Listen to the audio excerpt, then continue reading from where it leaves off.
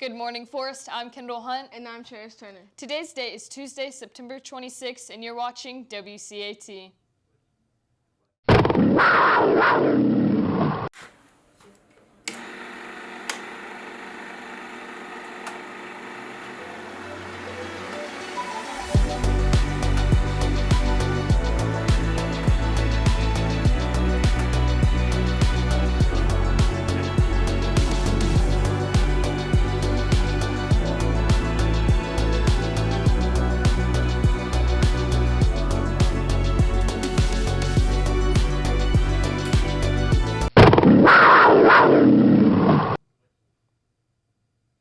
Now over to Freedom Week. We hold these truths to be self-evident. That all men are created equal. That they are endowed by their creators with certain unalienable rights. That among these are life, liberty, and the pursuit of happiness.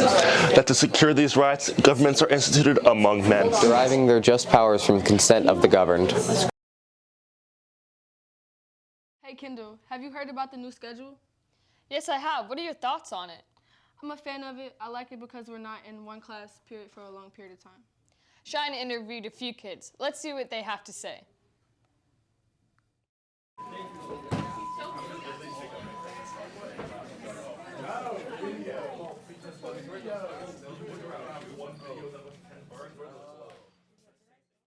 As you may have noticed, this school year has had a few changes.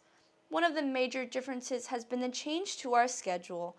Rather than going opposing block days, we have switched to majority 6-period days and also wiped our CAT period altogether.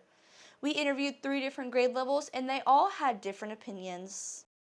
I like having the shorter classes, but also at the same time I don't, just because having AP classes, I feel like once I get to 6th period, I'm not fully focused in my class because my brain's having to take up all this information from all these different classes, and I know my teacher's been complaining about 6th period as well. She feels like everybody is not as well off as they were last year. With the longer schedules, we could just fully focus on that one subject for the day. If we had block day schedule, we just don't do as much work because the teachers don't have as much work for us to do. I had a lot of free time last year, but now we can get straight to the point, and it's more put together of a class period, and you get more done, even though you would think in block day you'd get more done. I think the new schedule is having positive effects on my academicness because it's allowing me to see teachers more a week, and it allows me to focus more in the classes rather than having longer periods where you lose focus. With AP classes becoming more common in the grade levels, the WCAT students all agree it has become more difficult with the introduction of the 6-period days. I give up one for the other depending on how much homework I have, so I end up either falling behind an elective or in one of my AP classes. I struggle with the short periods with the AP class because I feel like they give more work than the regular classes. Regular classes, they go by quickly, and I feel like I don't get as burnt out in the class because it's not as boring for a long period of time. Although there are opposing views on the change to our schedule, we all should plan to have the best year possible. For WCAT, this has been Cheyenne Paquette reporting.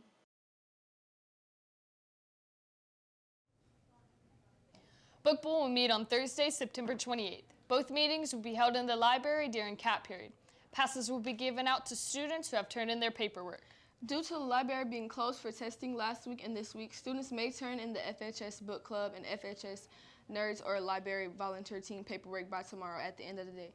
There is no deadline for the Book Bowl except if you want to pass to the meeting. If you cannot make it to the library, you can drop off the paperwork at the front of the desk, and Ms. Peak will give it to Ms. Polish. Another club on campus is Atlas, Forest's all-girls club. Let's learn more about it with Ethan.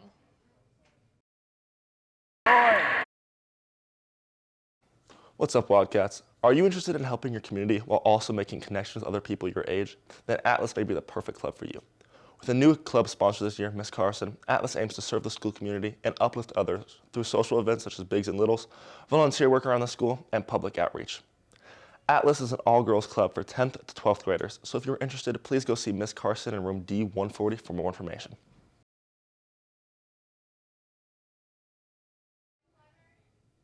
Students, please check your student email to see if you have any library or textbook debt. Be sure to clear any debt you have before homecoming. You can pay overdue fines and printing fees in the library, in person in the library, or online in RevTrek. The school's web store lost books must be paid for in RevTrek. Any books you owe to any other schools must be paid for in that school's web store. Speaking of HOCO, guest forms are due this Friday, so if you are bringing a guest from out of school, please fill this out and turn in ASAP. Homecoming tickets go on sale October 9th. They will be $25. If you're interested in dual enrollment, stop by guidance to sign up. Recently, Forest has added new speed bumps to help the safety of everyone entering campus. Let's check out more with Madison.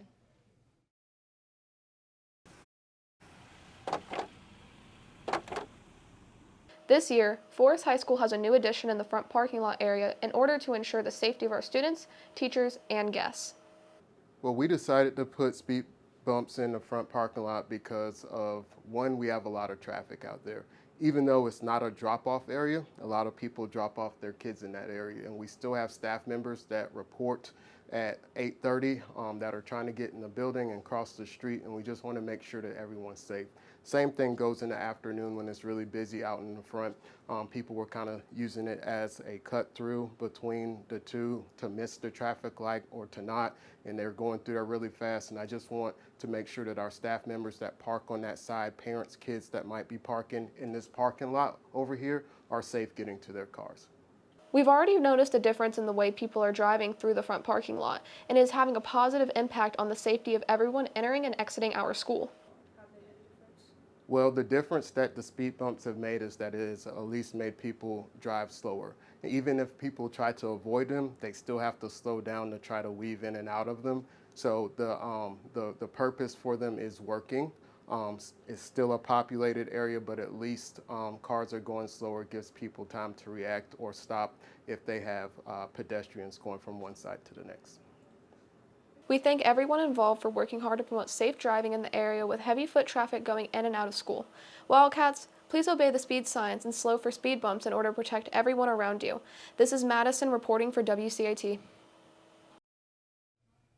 Now over to Antoine with sports. What's up, Forrest? It's Antoine Bennett here with all your sports news for today. Our girls volleyball team beat B-Hogs. Now over to Ethan.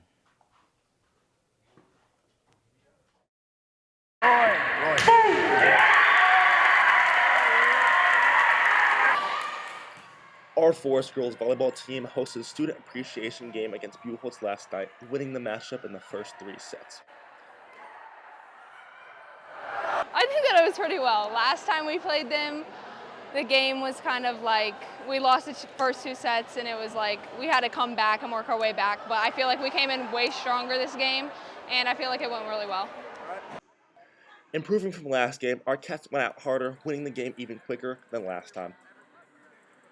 Tonight, I feel like my performance was okay. I feel like I can do better, and I feel like next week is a huge week for us, so I hope to improve before then in practices and stuff. But I think that it was okay. It was well. It was fine. Yeah. Improvements between games make the season, and with plenty of games ahead of our players, they seem hopeful for what's ahead of them. How I feel about the season going forward is good. I feel like we are going to be very good. Make sure to keep an eye out for our Cats and to come out to support our team. For WCAT, this has been Ethan Ramsey reporting.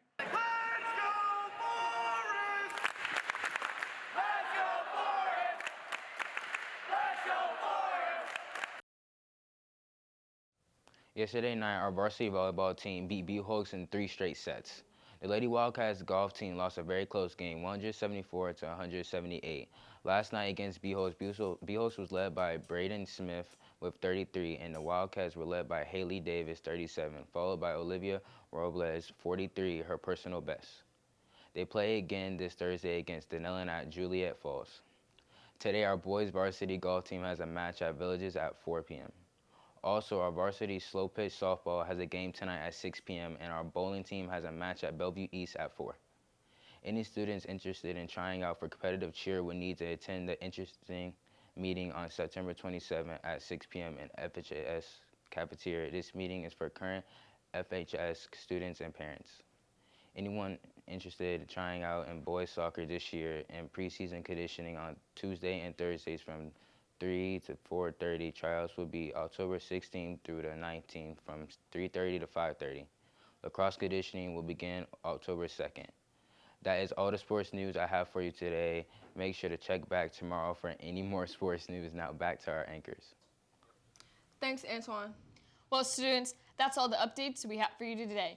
To stay updated on all things sports, make sure to follow us at FHS_WCAT on all our social media platforms, such as YouTube, Instagram, Facebook, X, formerly known as Twitter, and the new app Threads. Once again, I'm Kendall. And I'm Cherish. Thank you for tuning in. Like always, Go Cats. Can we do